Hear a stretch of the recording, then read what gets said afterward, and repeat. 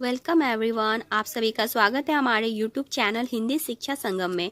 आज मैं अमरकांत के द्वारा रचित दोपहर के भोजन कहानी की मूल समीक्षा, संवेदना, उद्देश्य और मंतव्य बताऊंगी और अमरकांत जी के जीवन परिचय के बारे में बताऊंगी। तो चलिए मित्रों, वीडियो की शुरुआत करते हैं। अमरकांत की साहित्यिक विशेषताएं और परिचय। अमरकांत जी का मूल नाम था श्री राम वर्मा। इनका जन्म 1 जुलाई 1925 ईस्वी में नगरा गांव, जो कि बलिया जिला यूपी में है, उत्तर प्रदेश में। मृत्यु हुआ था 17 फरवरी 2014 में। इनकी रचनाओं की बात करें तो जिंदगी और जोंक, देश के लोग, मौत का नगर, तूफान, सूखा पत्ता, ग्राम सेविका, बीच की दीवार, बानर सेना, ये इनकी प्रमुख रचनाएं हैं। और पुरस्कार की बात करें तो साहित्य अकादमी सम्मान 2007 में, ज्ञानपीठ पुरस्कार 2009 में, व्यास सम्मान 2009 में। अमरकांत की कहानियां मध्यवर्गीय जीवन की पक्षधरता का चित्रण करती है। वे भाषा के सृजनात्मकता के प्रतीक सचेत कहानीकार है। जीवन की एकाकीपन के बीच निरर्थक होते हुए परिस्थितियों में अर्थों की तलाश उनकी रचनाओं की बड़ी विशेषता है। अमरकांत को गोरकी के समक्ष बताते हुए यशपाल लिखते हैं कि क्या केवल कम आयु होने या हिंदी में प्रकाशित होने के कारण ही अमरकांत गोरकी की तुलना कम संगत मान लिए जाए। जब मैंने अमरकांत को गोरकी कहा था, उस समय मेरे स्मृति में गोरकी की कहानी शरद की रात था। उस कहानी में एक साधनहीन व्यक्ति को परिस्थितियां और उन्हें पैदा करने वाले कारणों के प्रति जिस आक्रोश का अनुभव मुझे दिया था, उसके मिलते जुलते रूप मुझे अमरकांत की कहानियों में दिखाई दी। तो ये थी अमरकांत की साहित्यिक विशेषताएं और परिचय। आगे हम दोपहर का भोजन कहानी की मूल समीक्षा, संवेदना और उद्देश्य, मंतव्य, ये सब जानेंगे। इन सभी प्रश्न का उत्तर एक ही होगा। प्रेमचंद की रचना प्रक्रिया की अगली कड़ी में जिन कहानीकारों ने अपनी रचना धार्मिकता से पाठक के भाव संवेदना को सबसे ज्यादा स्पर्श किया, अमरकांत उनमें से एक है। यथार्थवाद, विशेषकर मध्यवर्गीय यथार्थवाद, उनकी कहानियों में जीवंत होता है। निम्न मध्यवर्गीय परिवार की आर्थिक स्थिति, भूख से बदहाली, बेकारी तथा इन सबके बीच धूमिल होते संबंधों का यथार्थ चित्रण है। उनकी कहानियों में सहजता से देखा जा सकता है। दोपहर का भोजन एक सुप्रसिद्ध कहानी है जो अपनी सीमित घटनाक्रम में जीवन की व्यवहारिकता और अपनी आर्थिक तंगी से गुजरते परिवार का चित्र प्रस्तुत करता है।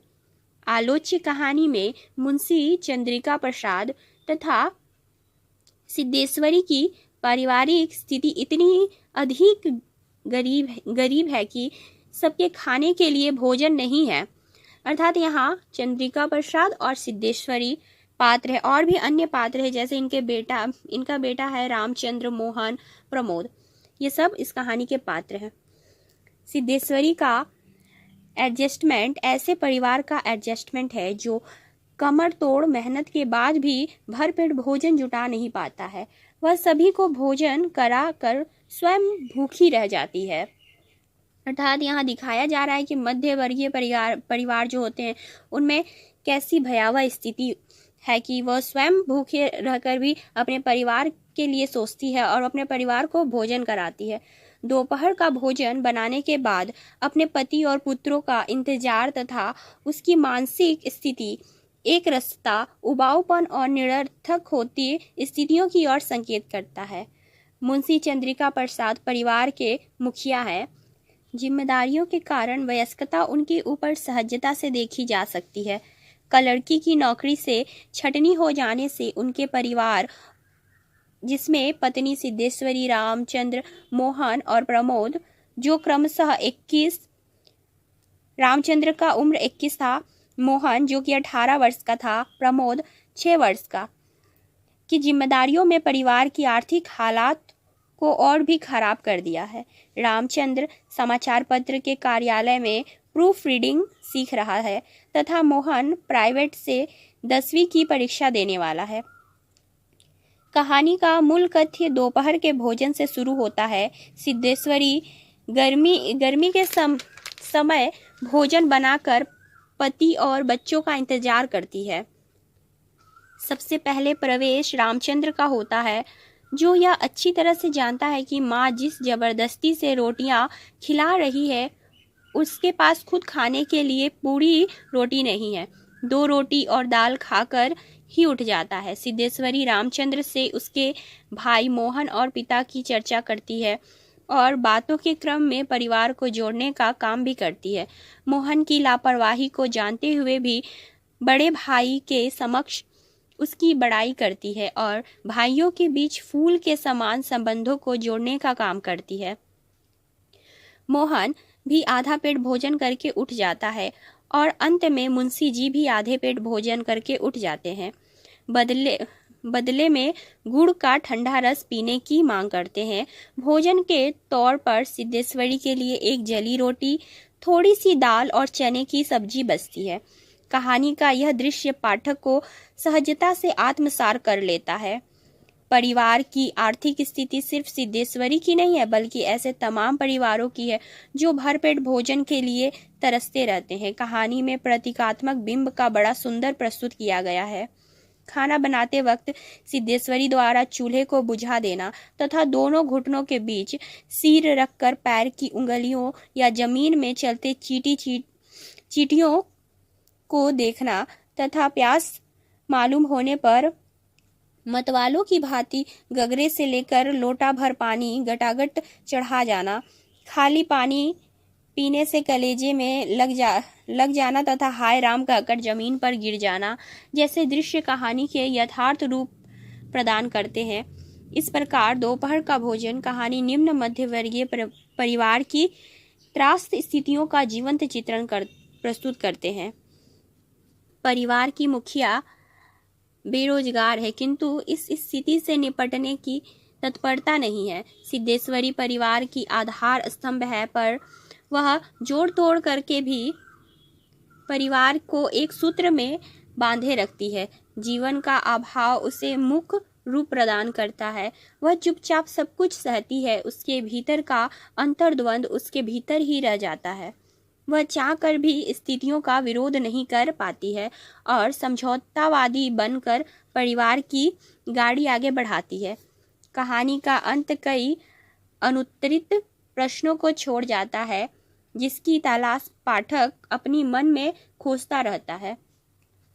उद्देश्य: दोपहर का भोजन कहानी भारतीय समाज के उस पक्ष से अवगत कराती है जहां विकास के तमाम दावों के बाद भी कुछ प्रश्न अनसुलझे रह जाते हैं। कहानी में रामचंद्र एक पढ़ा लिखा युवक है, लेकिन रोजगार के अभाव में अर्थहीन सा प्रतीत होता है। आज के वह ऐसे युवकों का प्रतिनिधित्व करता है जो शिक्षित होकर भी अपने परिवार की मदद नहीं कर पाता है। सिद्धेश्वरी भारतीय समाज की एक ऐसी गृह स्वामिनी है जो परिवार में अभाव के बीच भी सामंजस्य बैठाने का प्रयास करती है। सिद्धेश्वरी कहानी का केंद्रीय पात्र है जो विभिन्न पारिवारिक सरोकारों के बीच भी अर्थ की तलाश करती रहती है। यदि कहानी के शीर्षक की बात करें तो कहानी का शीर्षक दोपहर का भोजन उपयुक्त, सार्थक तथा विषय वस्तु के अनुकूल है। संपूर्ण कहानी दोपहर के भोजन को केंद्र करके ही लिखी गई है। इतना ही नहीं, यदि कहानी को 2 भागों में भी विभाजित करते हैं तो दोपहर गर्मी के चिलचिलाती धूप की ओर संकेत करती है, जिसका चित्रण कहानी में सहजता से देखा जा सकता है, और भोजन घर की पीड़ा की ओर संकेत करता है। इस अर्थ में कहानी का शीर्षक सार्थक एवं साकार है।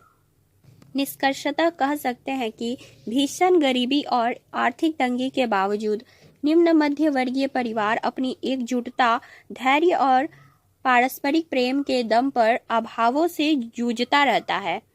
तो यह थी अमरकांत के द्वारा रचित कहानी दोपहर का भोजन। आशा करती हूँ कि आपको यह वीडियो पसंद आए। वीडियो पसंद आए तो वीडियो को लाइक शेयर करें और चैनल पर नए हो तो चैनल को सब्सक्राइब करें।